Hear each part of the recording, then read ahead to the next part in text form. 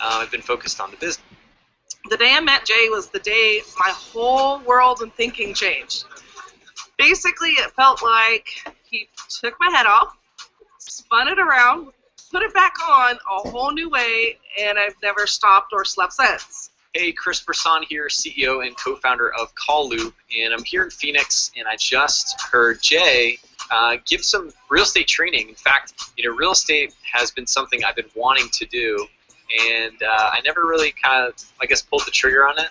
I've been focused on the business and everything else, and I learned actually a lot about how to choose deals, how to choose a property, and these are things that I knew nothing about. And in many respects, I was kind of fearful on how to choose a property, how to value a property, what's a good deal to go after. And Jay kind of really laid it out in acronyms and a very step-by-step process. So he was awesome, full of energy, and he just kept going around. So it was awesome. And thanks, Jay, for everything you shared today in the event. So thanks a lot. Love this idea that the deal is actually the least important part of that it's figuring out the other three first that matters most. And that's going to influence how I go look at real estate. My name is Tapan Trivedi. I'm from Sacramento, California. I am a fix and flip investor. I came here to see Jay Massey, because I've learned a lot about him. And I must say, it is a fantastic experience. I highly, highly recommend to anybody that is either starting out or is a prolific investor themselves. Come down, you would not be disappointed. He is amazing. I mean, he has not really left anything to chance. He has answered every question, philosophical, logical, and financial, and that's a very rare combination. So I highly recommend this to anybody. So yesterday I had the opportunity to be part of Jay's private training and was able to bring up a property that I had interest in. And the first thing that he did was he understood everything. He tried to understand everything that I knew about the property. And from that point, he put me straight to work. He sent me outside to go call the guy and get numbers on what I needed to know about this property. Came back in and helped me one-on-one with how to proceed with this property. And I don't think I would have gotten that anywhere else from a guy with his caliber. And I really appreciate the opportunity that he gave me, because it also instilled confidence in me that I was going and taking the right steps. I really like having been here with Jay Massey. He's an absolutely wonderful presenter, and he has encouraged me just by his presence and his deliverability. He's shown me that being here in front of real estate investors is an important asset to my career.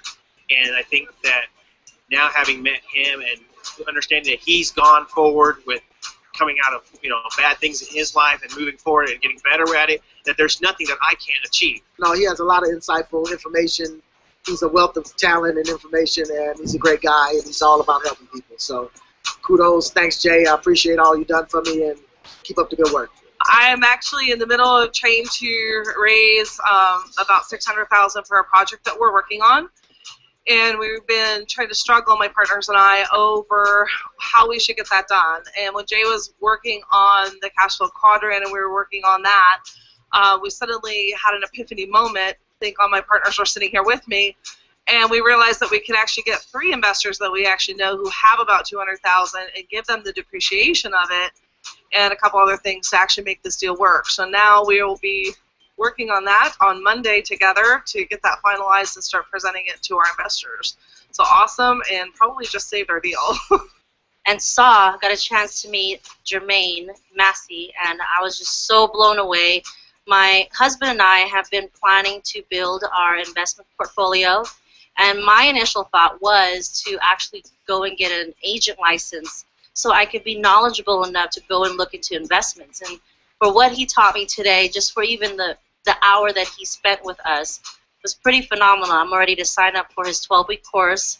And what I learned most out of the whole hour was the fact that there were certain key things that you need to know. Either you spend time getting the knowledge, or the time, which is one bracket, which is usually the agent, trying to get the agent license, or you have the money or the credit. So that was a big deal to me, because I thought I needed to have the money, the credit, and the knowledge and the time all at once. So he told us how to figure out how to coordinate everything else in order and to be able to do it right away. So I'm really excited to build my investment in the next couple of weeks. And thank you so much, Jermaine. I appreciate it. I look forward to working with you. Bye. He takes cash flow to another level that's unimaginable in terms of what it actually was meant to be as just a flat board game. He takes it and he gives it dimension and depth, and he adds some twists to it that actually makes it even more real-life situation than it is in just a playing game format. So he takes it and shows you how to actually apply things. He gives you the little twists and turns that you might come across in real-life investing. And one thing I like about Jay is he requires 100% participation, that everybody has to be involved in one way or another. And I really believe that brings out character in people, because it either allows you to be helped or to help somebody. And I really believe that he's a great investor, and he knows how to put the pieces of the puzzle together. And the way that we played the cash flow yesterday, I really like the way it was set up, because the way the game started off is that you started off doing investments on your own, and it kind of proved that it's going to take a lot longer to get out the rat race that way. So as the game went on, he started allowing us to do more things, and it kind of showed us that when you try to do things on your own, you don't get as far, or you don't get as ahead. Then when you start to work with other people, opportunities open up and conversations open up as well, and you might be sitting right next to the person who could fund your next deal. And without that interaction, you would never know. The thing I got most out of this session was the cash flow quadrant, breaking down the depreciation, appreciation, the cash flow, and the amortization. It fits exactly what I'm doing right now. So now I can go and approach my investors in a totally new way and have even more to offer. So it was cool. Hi, my name is Lynn, and I am a registered nurse, but I'm also a real estate investor. And I came out because I heard Jay is so great with financial strategies, and oh yeah, he's great with financial strategies. He breaks the mold, and he allows you to break out of your own head and out of your own preconceived things that box you in. So he's pretty great. And today, being with Jay Massey, I've learned a lot more about myself. Some of the topics that we talked about were fear and greed, and I learned today that I had a lot of fear, but I then actually managed that fear to make better decisions and to be firm in my decision, and then I need to recognize and contain that concept of greed, because once I do that, then I'll be able to discern exactly what pricing I'm willing to accept for a home and what pricing I'm willing to actually settle for when I buy a home. I really enjoyed the learning about the PAQ, being able to help people through realize a savings or an income from my particular deals that I put together, and realizing that I don't need to make all 4 quadrants. I can be real happy with less than that and have them be very, very happy with their return. Hi, I'm Lisa Lees, and I met Jay probably about a good 5 or 6 years ago when we were both taking some education for real estate investing. And ever since then, I've watched Jay progress and grow throughout the years and grow his business and absolutely take this to the highest level that I could possibly imagine in terms of what I would see with someone within just a short amount of time. It's been incredible what he has done. Well, my name is Kevin Woods. I'm from Sacramento area. What I do for a living is I'm an engineer, and I know that that is not the way to create the long-term wealth that I am interested in. And that's part of the reason why I'm here this weekend, is to kind of gain insight from Jay Massey on what it takes to raise private capital, because I know there are so many people out there that have retirement plans that are not gaining the returns that they're interested in. So I figure, why not learn from somebody who does it on a daily basis?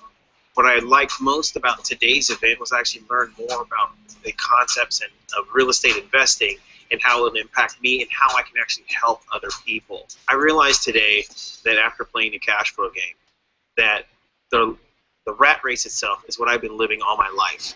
And after being able to attend this time with Jay Massey, he's touched my life and made it so much better, because now I realize that in order for me to get out of the rat race and get into the real world of being happy and freedom, I have to help other people.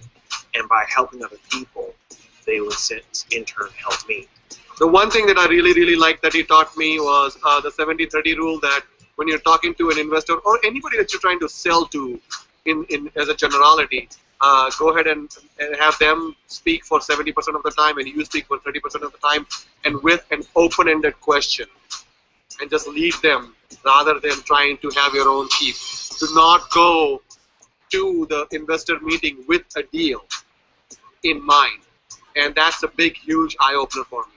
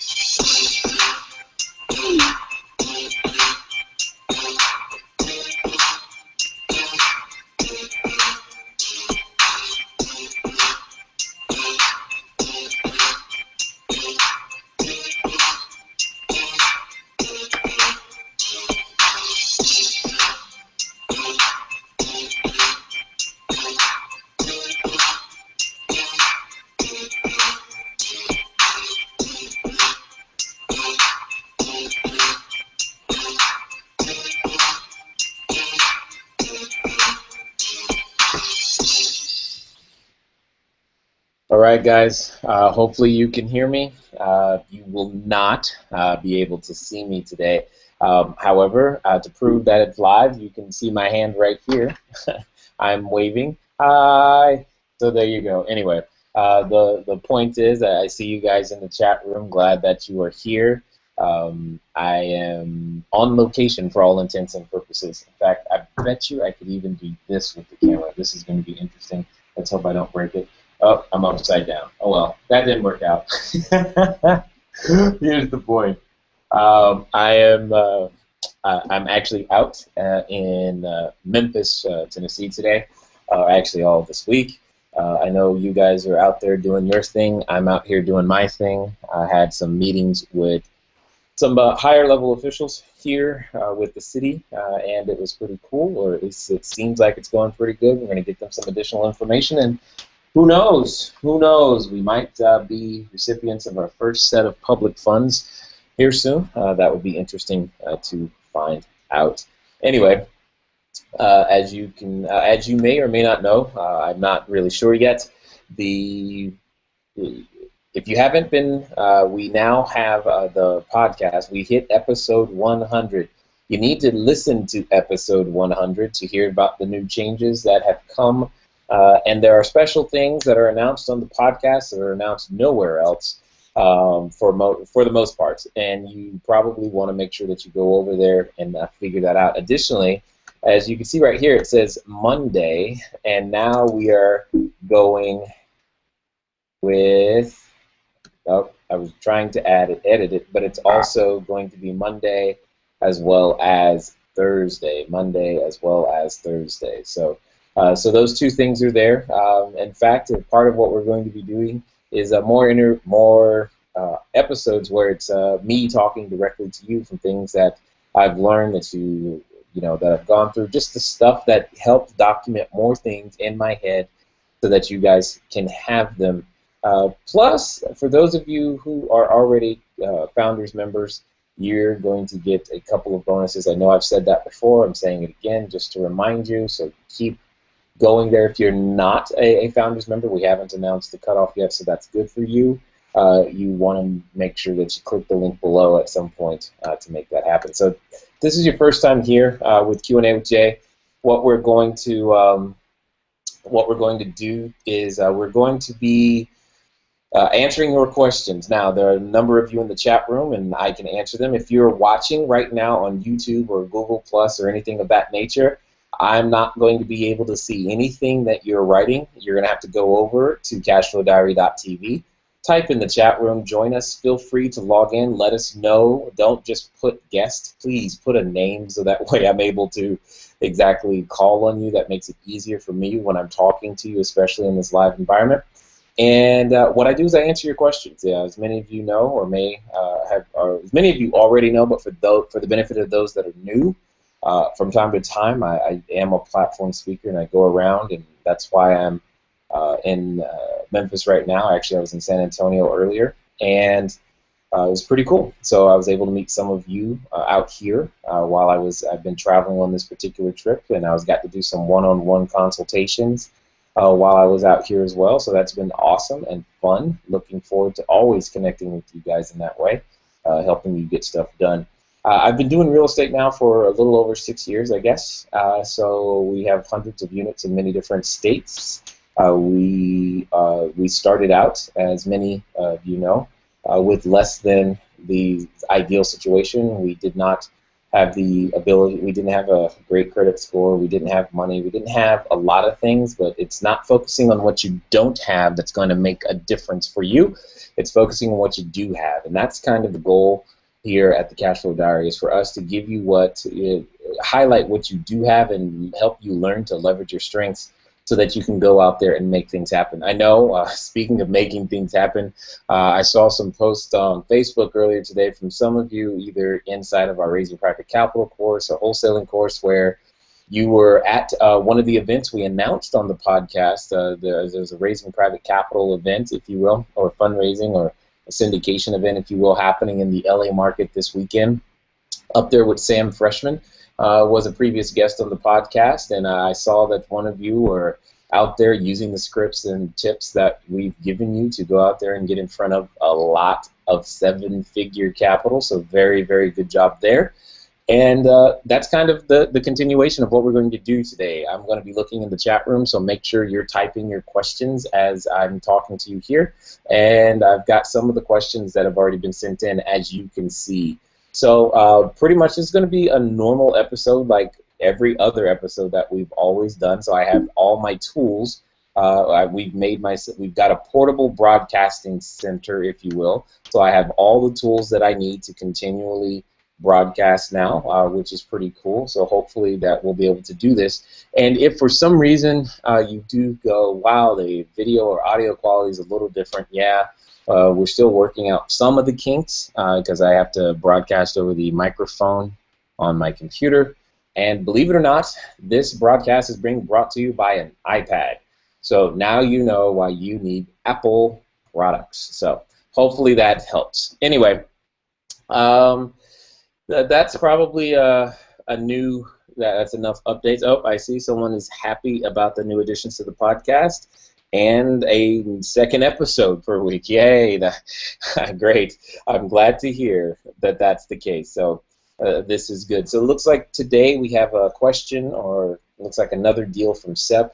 You know, guys, I will say this. You may think he's the teacher's pet, but he's also the one out there working the hardest, because everywhere I go, there he is. And therefore he's everywhere. He's always raising capital and getting stuff done. So hopefully you're copying what he's doing, what Sep is doing, in every way, shape, or form. So let's see what he's got today. It says, I was at Barnes & Noble's this weekend and overheard a nice elderly lady, this is already going the right direction, talking on her phone about selling her home. I asked her afterwards if everything was okay, and she began telling me how frustrated she was with her loud neighbors and high association fees. I kept on following the 70-30 rule. That's right, listening and asking questions, and I discovered that she has a $30,000 mortgage. Good Lord. Would be happy selling it for $110, and learned that a broker told her the property could sell for $200 after remodeling. It is an off-market 2-bedroom, 2-bath co-op in an age-restricted community, and she will be meeting with an investor this week. She also mentioned that she prefers to wait a few more months to sell so that she isn't rushed. Unfortunately, the association prevents the co-op unit from being rented. However, my dad meets the age requirement and is open to partnering up. Seems like a good flip-out opportunity. How would you suggest we proceed? What else can I ask her to give me an edge over the other investor? Update. She just showed me a $500 per month studio that she would love to rent in Orange. The monthly HOA for the co-op is $650 a month. Good night. That is absolutely crazy. Okay, so here's a quick reminder to everyone. So let me see. You can see that. There we go. Here's a quick reminder to everyone. When you're out there, so we get Q and A and J.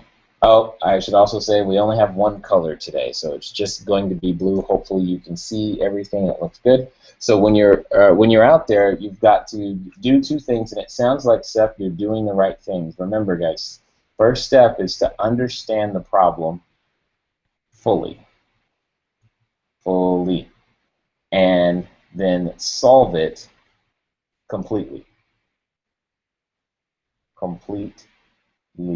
I'm sure I spelled that wrong for you A students. Hopefully you can forgive me.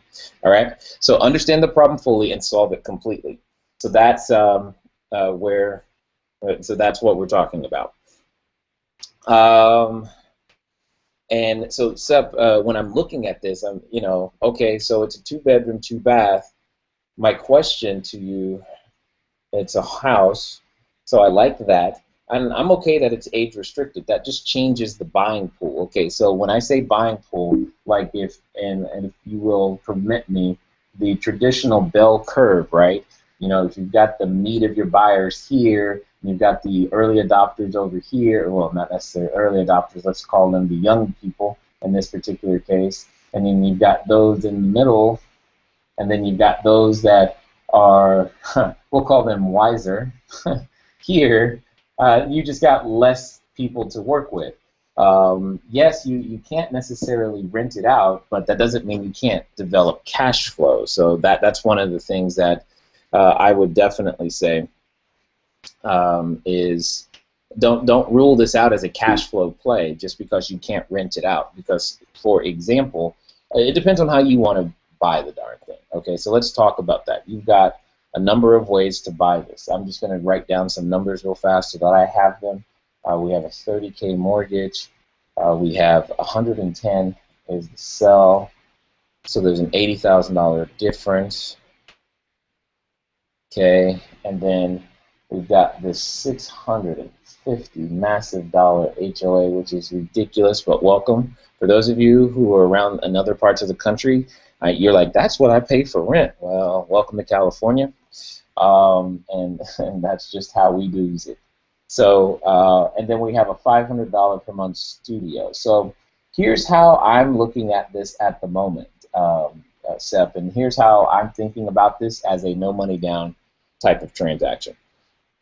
So, so remember, we're going to give her price in this particular case, and we're going to take terms. So we always got that, right? That's nothing new. So you've got the $30,000 loan, leave that in place, and what you do is you're going to wrap around that, if you want to. You can wrap around that. So here's a first option.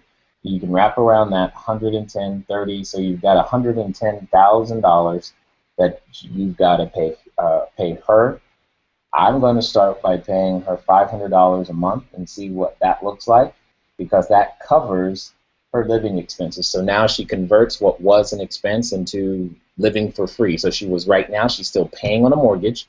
So she goes from paying on a mortgage to living for free where she wants to live with no additional HOA fees. So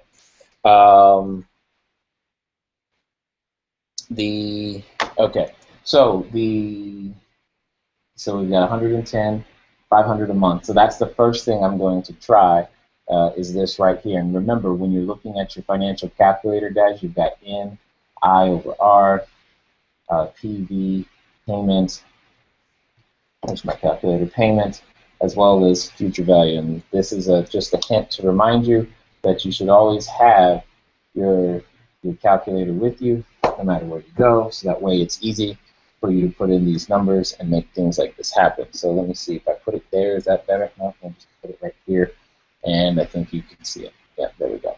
So all I'm going to do real fast is I just want to do some math, because I'm going to see what happens if I put it in as a 0% interest loan at $110,000 with a payment of $500 with a final value of 0. Now, I don't necessarily have to use a financial calculator because it's at 0% interest, but I'm just showing you how this would work. Okay? Let me make that, and then we're going to make a $500 payment, and that's going to be 0. Actually, it's only going to be 220. So you would make 220 payments that way, which is another way of saying divided by 12. It's a little over 18 years. Now, depending on how long she wants money for, this could work. It's okay, so here's part of my question. The first question you're going to need to find out is, does she have a need for money now? If she has a need for money right now, this is not going to work. Option 1 is not going to work. But if her major issue is, like you said, she's tired of her loud neighbors and the $650 a month HOA, you can say to her, okay, cool, I'll take over I will buy this from you in 7 days, and I will give you $500 a month, which will take care of the rent that you have for the new place that you want to stay. I'll pay you the $110,000. I'll pay you $110,000 as $500 a month until paid. Keywords, until paid. That's the exact agreement we have here, which is then 220 payments at $500. Now you're going to take responsibility for the HOA, and what you've done is you've done a purchase. Okay, this is a purchase transaction, and then she's still carrying the underlying first, and she does a wraparound for the at $110,000, and voila, there you go. It should, in a perfect world, that should take care of everything. Now, the first issue that you probably still have is the payment on the $30,000. So you may need to increase this payment. So you may want to adjust that $500 to be $500 on top of whatever her $30,000 payment is. So that way she nets $500 a month. So you may need to do that one little tweak, and this is, therefore, that could work. That's a very simple solution. I mean, it's good for you, it's good for her, so long as she doesn't need money up front. She needs money up front, you need to figure out how much money that is up front, and then everything else that I just showed you is going to be the exact same. So just keep that in mind as you go forward.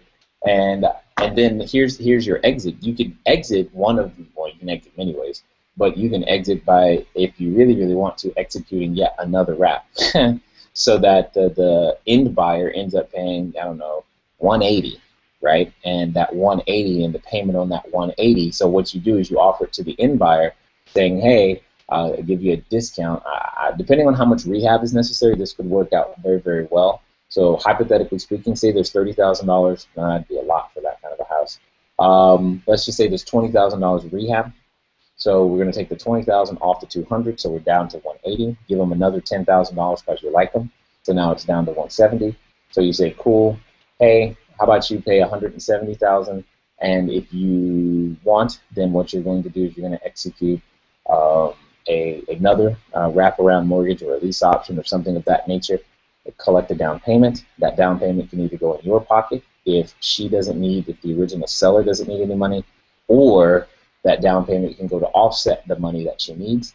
And then what you end up with is in effect, what many people would call a sandwich lease option, but this would be a sandwich purchase money mortgage in 2 different ways. So either way it goes, you can still cash flow this without taking a whole lot of money down, or even needing any money whatsoever, or not even doing the rehab. Now, if you want to flip it, then yeah, it's going to take some cash. You got to flip it and do some other stuff. So hopefully that helps, but that's just off the top of my head. That reminds me, guys, remember, I don't look at these ahead of time. I just answer your question. So I'm going to take a second and check in the chat room to see what you guys have to say, if anything. Uh-oh. Okay. I don't want the computer to crap out on me. Let's see what we got here. Hey, Ray. Yes, it's Susan. It's in Orange County. Hey, holy cats. I see, Lawana, when analyzing a multi-unit, did you look at the price per square foot, cost per unit, or something else? Lawana, I'm going to look at all of those, to be honest. I'm going to look at price per square foot. I'm going to look at cost per unit and something else if I have to. I'm going to look at many different things because depending on how I'm going to use or leverage that property, one of those is going to be the limiting factor. The price per square foot, I tend to look at more when I'm renting it than when I'm purchasing it. And the cost per unit, depending on the marketplace, I'll look at, but what I'm really more concerned about is the NOI, the net operating income, and the cap rate. So those are two metrics you didn't put in this question that are definitely important to understand. Let's see, Marvin, if you own a condo with HOA fees, can you write that off in some way? Good question. I would assume so, Marvin, but I don't know. I don't own any condos. That's just a investor identity thing that that's just an investor identity thing that I do not have, that I do not know, to be honest with you. I try to stay away from anything with HOA fees personally at this moment in time in my career. Or certainly it gives me perspective. Yes, 250 doesn't seem so bad, Susan, right?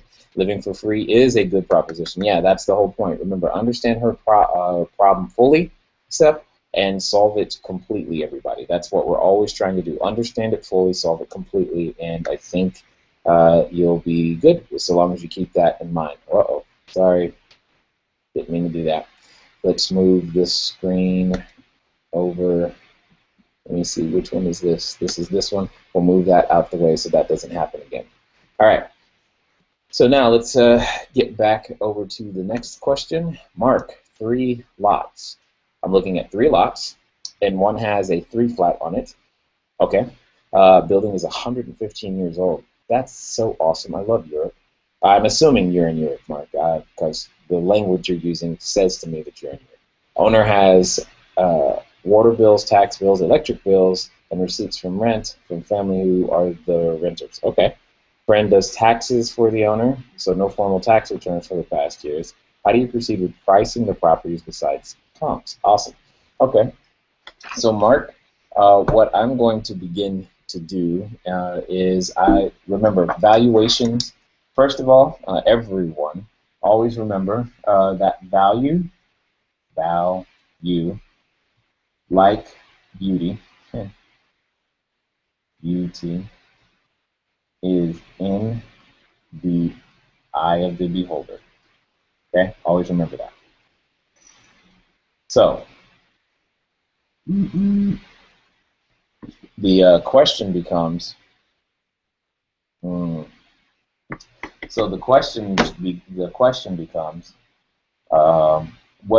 are typically 3 different ways to value a property. You mentioned the first one, comps, and for those who may not know, this is another name for comps, is comparable sales.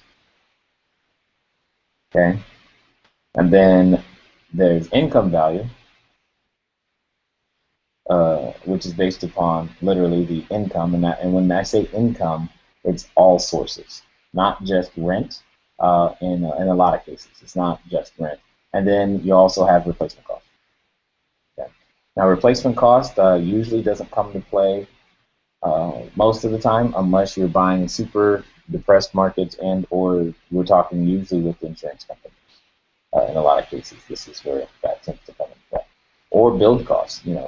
This is also, although replacement cost can also be a great economic indicator of where you are in your marketplace. So you have 2 other ways, Mark, to be able to value this property is based upon its income, which is probably the way that I would go, especially if you're looking at value, if you're trying to understand how much you should pay for it, because you want to cash flow and own that particular property. So just as a quick example, as you guys have seen, you've seen this many times before. So it's income minus expenses equals net operating income minus debt service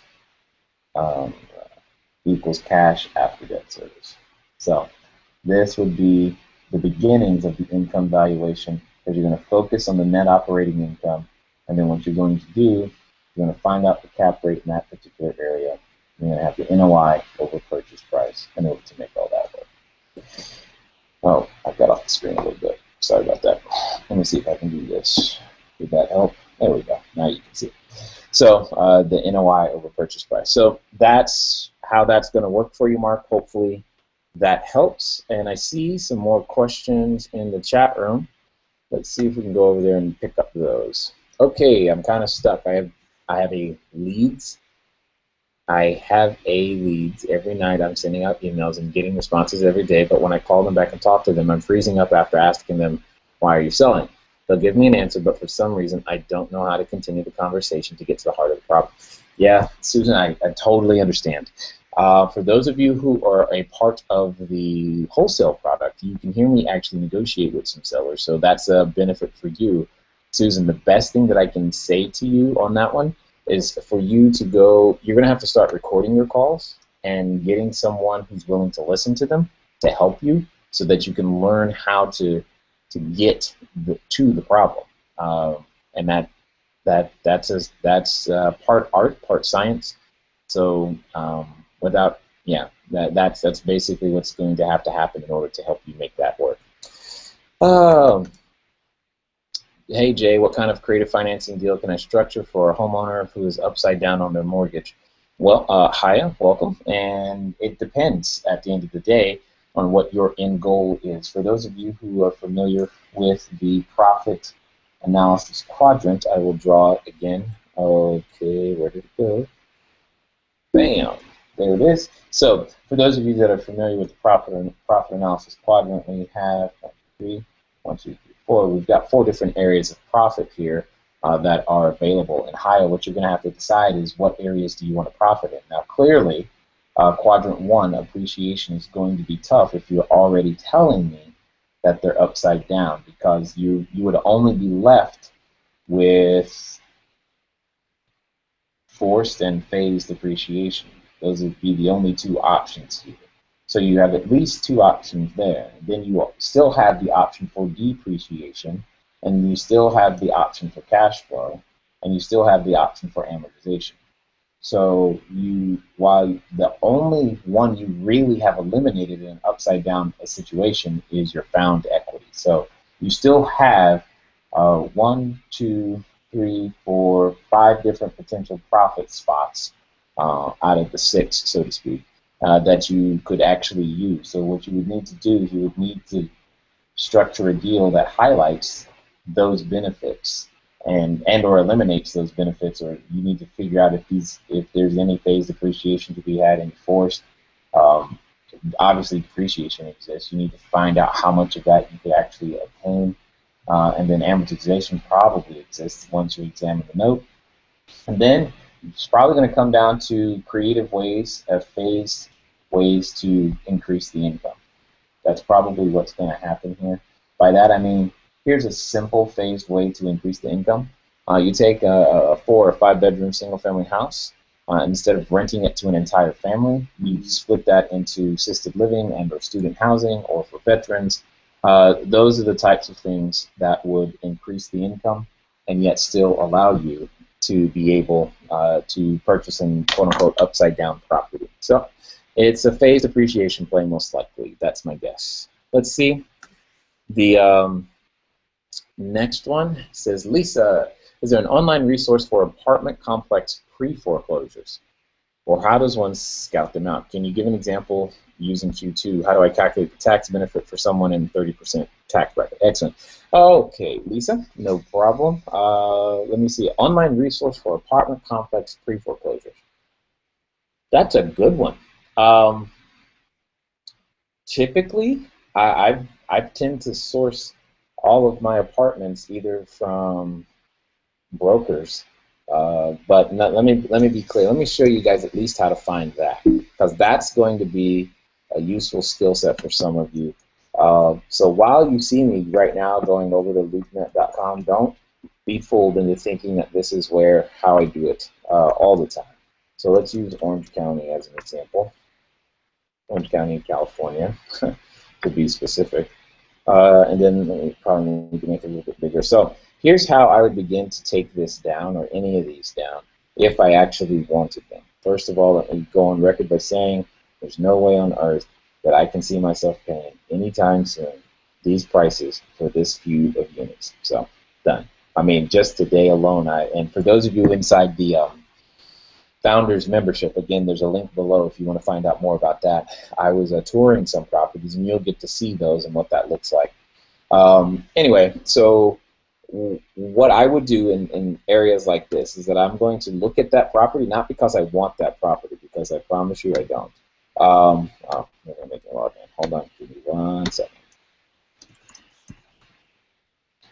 Let's see, which one is it? I don't think that's the right one. Okay, it is. Great. So now I'm logged in. What I'm going to do is I don't care about this actual property. Like, even if I was looking for these types of properties, this is so not the property that I would offer on. What I would do, and what I suggest you guys do, is I would go and talk, and what I would do is I would go and be able to I would go and begin to put phone calls into this particular guy, into people at his office, and find out what else he has, and I'm going to ask him, my magic question is, do you have anything that can be seller financed? That's going to be the way that I begin to find those particular properties. So let's see, your second question, Lisa, can you give an example using quadrant 2, how to calculate the tax benefit of someone in the 30% tax bracket? The easy way to do that, Lisa, is what I'm going to tell you to do here. Let me go over to that screen. So if you want to understand, I've got a free way for you guys to understand the profit analysis quadrant. So I'm going to call it profit analysis quadrant. Now, I should preface this by saying this is normally, like you normally have to go to a presentation where you see me live in order to get this, but what I'm going to do, since you're watching and you're asking this question, I'm going to let you be able to have it at the same price they pay at the presentation, which is free. So what you're going to do is you're going to go send a text message with the word SLID, slide in it, 949-682-3565, where you're going to go to cash flow diary.com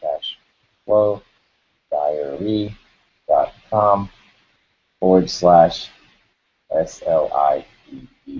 And you'll be able to get the understanding of how to, or at least see the calculation at a 30% tax bracket using the profit analysis quadrant. Hopefully that helps. Let me see what else we got here. Who's this? Matthew, wholesaling course. Do I need to use those formulas if the investor is a fix and flip? Yes. The short answer, Matt, that is true. The assignment is to find 10 houses that cash flow, I think. And Jay shows 2 formulas that check whether or not a house is a go, no go. I understand the first formula, but not the second. How can I find this out? Got it. Matthew, the second formula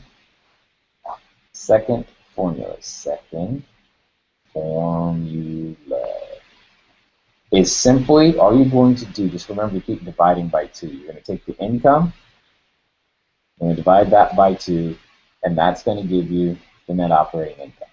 And you're going to take that, divide that by 2, and that's going to give you the cash after debt. It's the same formula we were talking about here, right here, except I'm calling it a 50% expense ratio and a debt service coverage ratio of 2, which is another way of saying this exact same thing. Okay?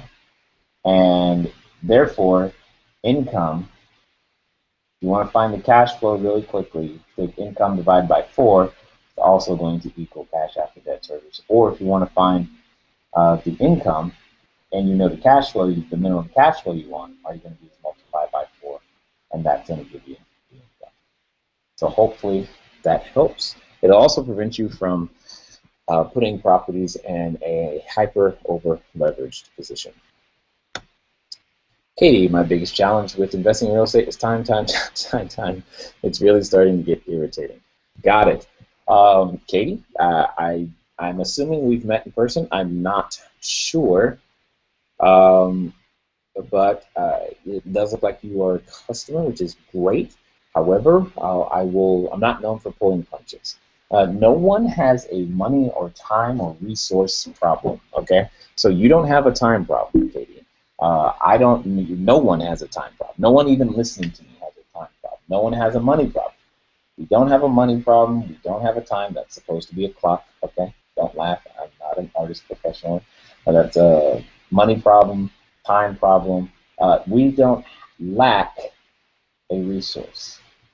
As Tony Robbins would say, we lack resourcefulness. What I am going to say is you lack an idea. Ideas solve all of these time problems. For example, when it comes to real estate, there's knowledge, there's time, there's money, and credit, right? These are the 4 basic components, if you will. And I can take these 4 basic components, and all I need is one of them to be able to leverage to gain the others. So, for example, if I know what I'm doing, I can eliminate the need for credit, learn to leverage other people's time, and find people who have the money. This is my favorite way of doing real estate. All you need is one of them in order to do that. The chief one is most people start out, not everybody, but a lot of people start out with time, because we all have the same 24 hours, or rather 86,400 seconds a day. These are called investment opportunities. You get 86,400 seconds, like right now. You're investing time listening to me share with you. I'm hoping that this is producing a return. You're investing the time. And the only concept that may be happening for you right now is that you're getting a new idea, a new framework for looking at time and understanding that at this moment you're not using yours as well as you could or should be. So here's what I'm going to ask you to do. Here's a little tip. If you're feeling time strapped, we'll go to the web right here. Go to Pomodoro. There it is. The Pomodoro technique. It's about how to, and I've said this before, but this is the first time I've had a website that I could show people about what they needed to do. And what you do is as you begin to follow, you begin to track what you do every 15 minutes, 25 minutes, etc., etc., etc., so you can see what you did with the last 15 minutes, 25 minutes. And when you find yourself spending way too much time on Facebook, you begin to find out where your time, quote unquote, is going.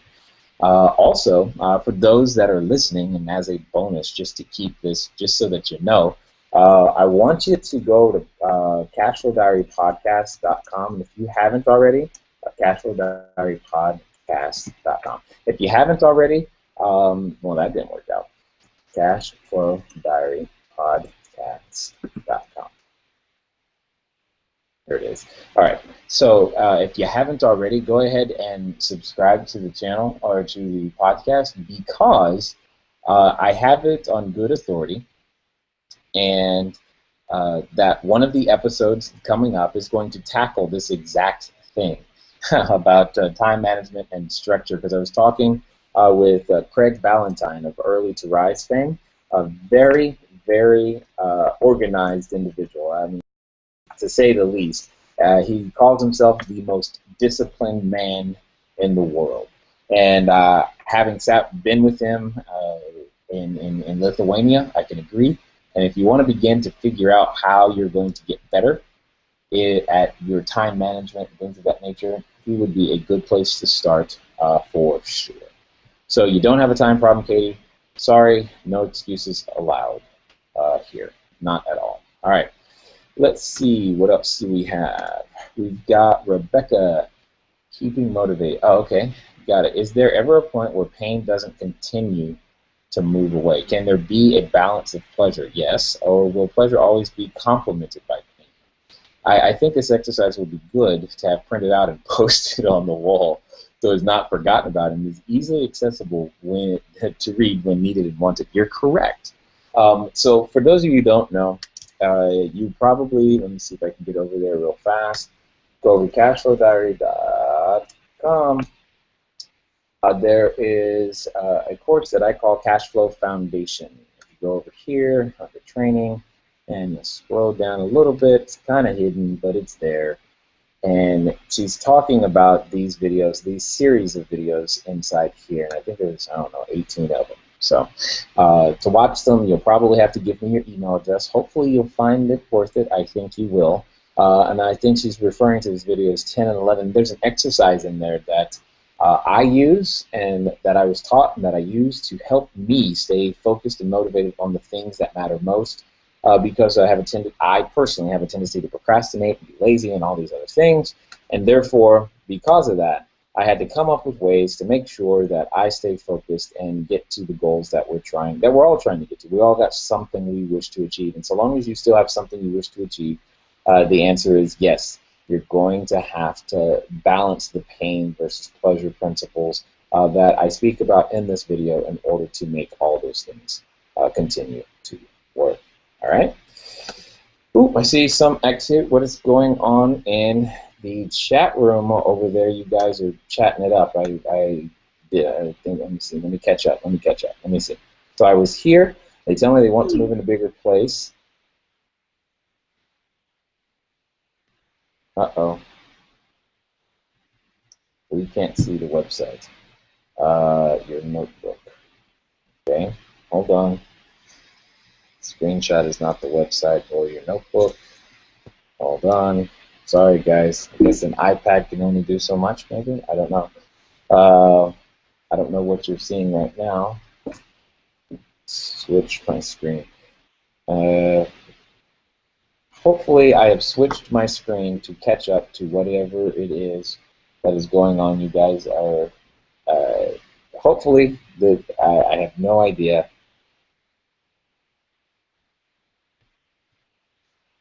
That's why you're in the chat room chatting, telling me it's not going on the right way. Okay. They're telling me that they want to move in a bigger place and they need money from this house to make down of that house. And then, so you get stuck. Not sure how to do it. Okay, we already covered that. Susan, you asked them. Yeah. I if we want to start the family, yeah. And have a 5-2 house. So got it. Susan. Haya is pretty good. There you go, Susan and Haya. Way to work it out. We are seeing your face in the center.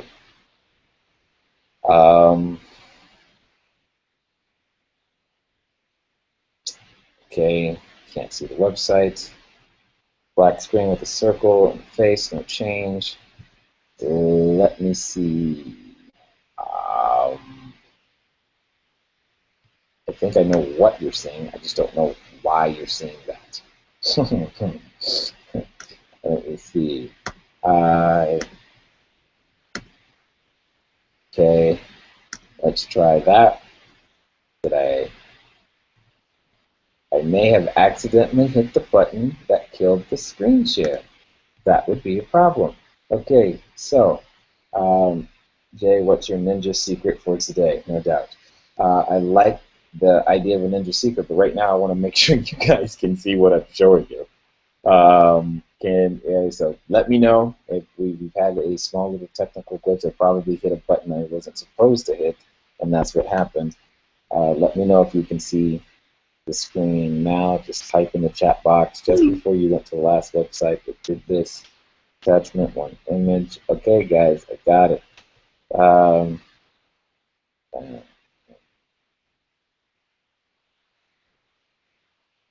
So, yay, your screen is back. Okay, good. Sorry, I saw the button that and I found it. Glad to hear it. All right, cool. So please, those of you, stop texting. I got it. I understand. All right. So, all right. Got it back. We're back. Excellent. All right. Where am I? What am I looking for? Susan, I'm happy to listen to your recorded calls and give you feedback. I've done this with my coach and clients for their sales calls. Exactly, Haya. You got that right. That's what it takes. You got to do that. I'll catch you on Facebook. We can arrange it. Sounds good. Thanks, pieces. Yes, sure. Thank you, Jay. You rock. I'm excited to hear that. Guest 842. Okay. Sandra. Hi, Sandra. Hi, Jay. I'm analyzing a deal for a Texas multifamily. I was just in Texas. It shows 25% of the units are behind 2 to 4 months. How'd this play into my... Ooh. And how much do I offer? Okay, so Sandra, in that situation, what?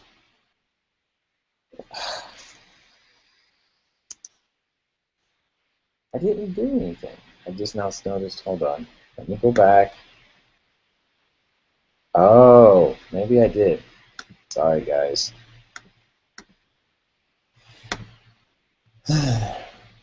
All right. Let's see. Present to everyone. All right. So now.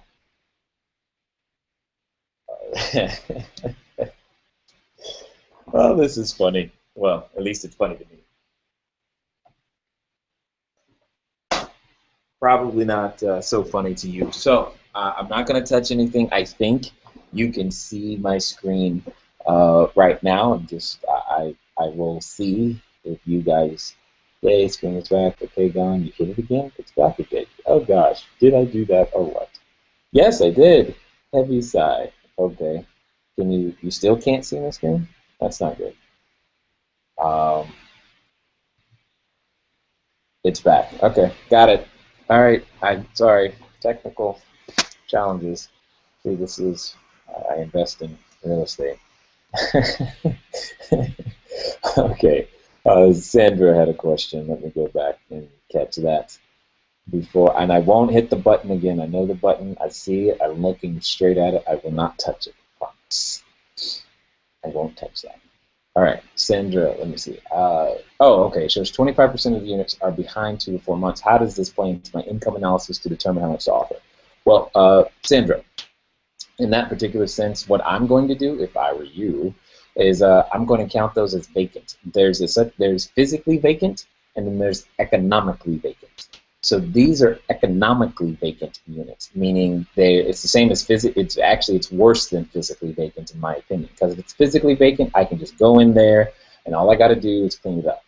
An economically vacant unit is I got to kick the person out first. Well, and the good thing is you're talking about Texas, so that could be fairly easy, but I still have to go through that process and expense. And if they're upset, they could cause additional damage. When it's physically vacant and I take it over, I already know what I'm getting myself into, which is fine. So these 25%, this is an additional risk, which should be an additional discount in addition to the fact that the income is not there.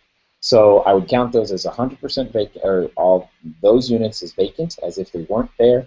And I don't know, depending on the size of the units, the unit mix and makeup, etc. If it's A, B, C class, Walmart, Target, Nordstrom, and what you're trying to do, I'm going to add an additional hassle factor, for lack of a better way of putting it, because that's what I'm going to have to deal with in order to make that work. So, yeah, you should be able to see the chat screen right now because that's what I'm looking at.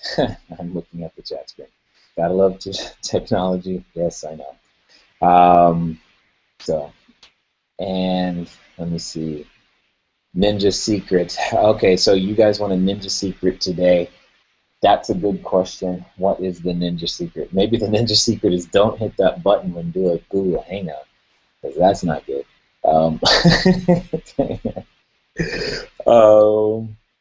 Let me see.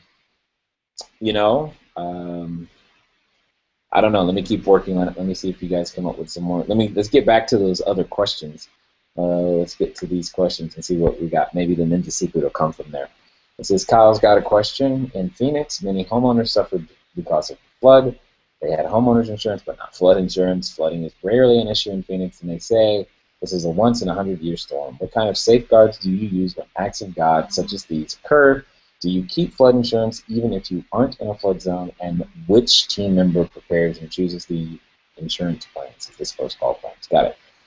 No, if it's not in a flood zone, I typically don't have flood insurance. So that probably would have been something that tackled us in some way, shape, or form as well, because that would have been a bad thing. But if it's not in a flood zone, I wouldn't have flood insurance. There would be no reason to have such a thing. What kind of safeguards do you use when acts of God such as these occur? I guess prayer, Kyle. I mean, you can have a higher reserve amount that would help you, but that's not the definitive going to make it all work. Ooh, oh man. Okay, guys, you're just going to hear me 1 second. Hold on 1 second. I've got to get this phone call that you just saw come in. Hey, Mike, I can't talk right now because I'm actually doing a live chat with some people. Is there a way I can call you back?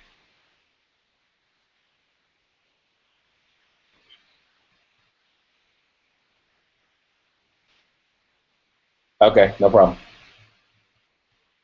All right. Okay, sounds good. All right, bye-bye. Okay, so where am I? All right, back. What kind of safeguards do you use? Do you keep flood? No, I don't. And it chooses the insurance plan. No team member, well, I tend to have final decision on the insurance plan. First call is they process claims, not the insurance plan in and of itself. And yes, I'm still planning a podcast episode with my CFO, so that is still the case. Okay, Perry. Hi, Perry. I do not know which is the right source to learn from. Oh, I lack real estate investing knowledge. I do not have funds to close deals or for marketing. My credit is good, but credit utilization ratio is very high. Perry, well, at least you have good credit. You're ahead of me. What you're going to have to do is learn new ways to create value.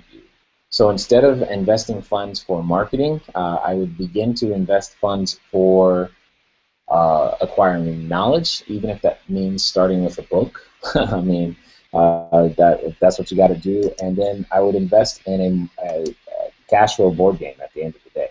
Not consistent marketing in that sense. So what I would do is I'm going to go over to here, cashflowdiary.com/book. Come on, there we go. So I'm going to start there, and that's the first thing that's going to happen. I'm going to start there and take care of that, get the book, and then I'm going to start by using meetup.com as a place to do some marketing That at the end of the day, that's what's going to end up happening. And then start doing cash flow games so that I can begin to attract people to me fairly low cost. This is exactly the strategy that I use. So hopefully that helps. Let's see. Is it legal to wholesale if you have a real estate license? I don't know why it wouldn't be, Michael. I don't have a real estate license. I guess you would have to need to talk to your broker-dealer, or not broker-dealer, your broker, and any compliance personnel. You'd have to really understand what you're doing, but I don't see why it wouldn't be legal if you have a real estate license. Daniel, I have tried unsuccessfully to locate properties to wholesale. Daniel, as I've said before, and I say again, you're looking for properties. You're looking for problems, not properties. If those of you are, watching this and trying to figure out how on earth am I going to begin to become a wholesaler or find deals, you're going to go to cashflowdiary.com/workshop, and you can register for a webinar. And I'll show you how that works, how that process begins, how to keep that process going anytime that you want to make these things happen. Let me see. Looks like you guys are typing some more stuff in the chat room. Hold on.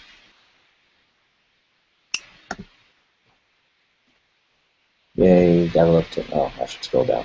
How do you feel about buying buildable lots of land? It's fine. I don't feel one way or the other. How do I go back and watch last week's Q&A? I missed it and can't find it on YouTube.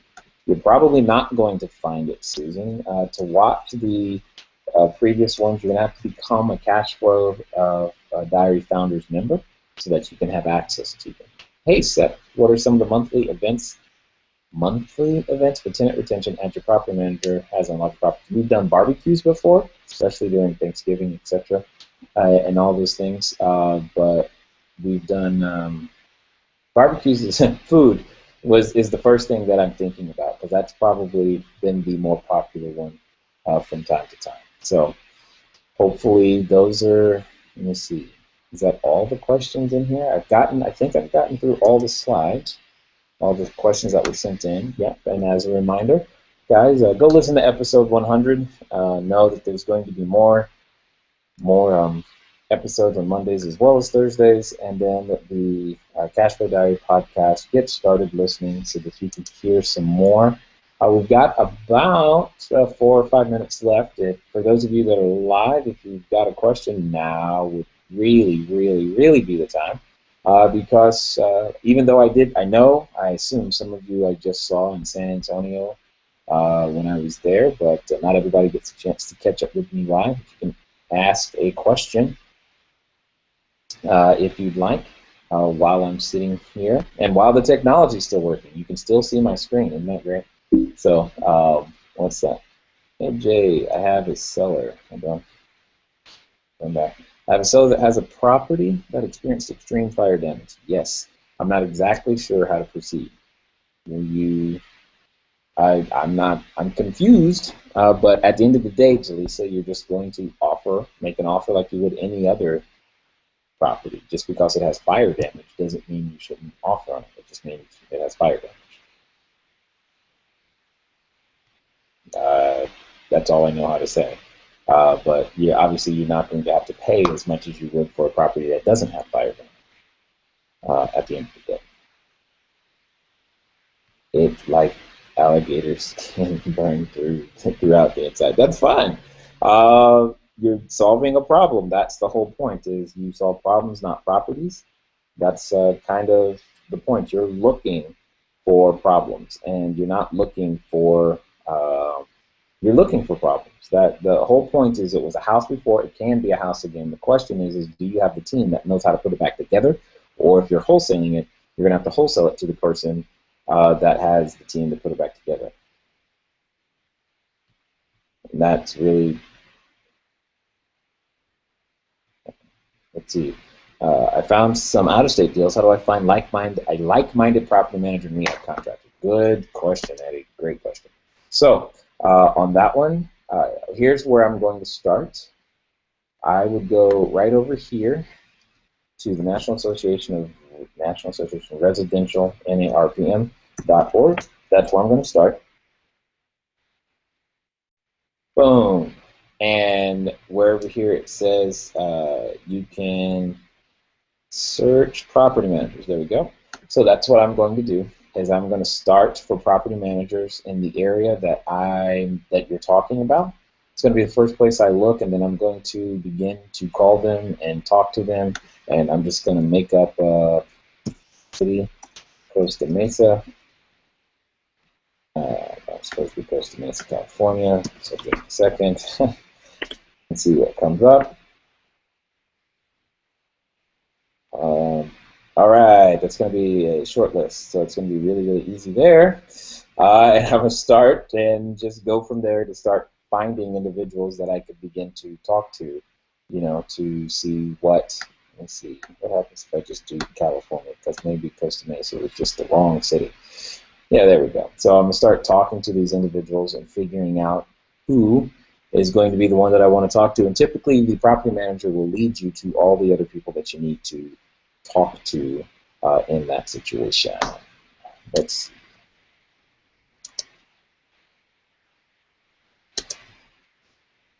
Oh boy.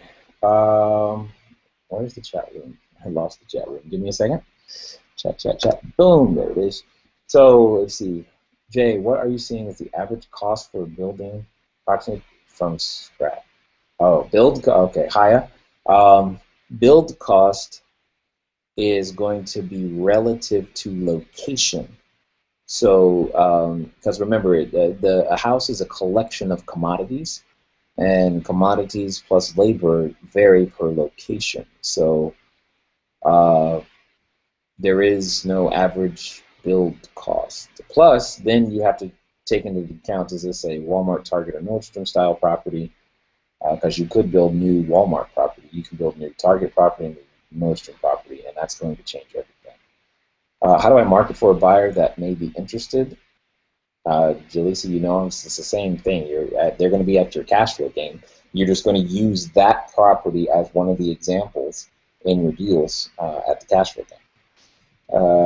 Yes, Susan, you got that right. A contractor, yeah. Yep, Susan, you were 100% right on that one. All right, peoples, we are at the top of the hour. We are at the top of the hour, so let's see.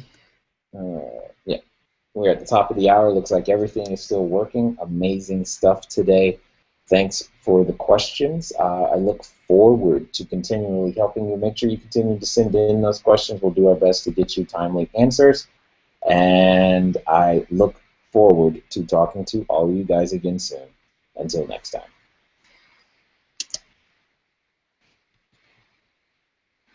Yes. I know how to do that.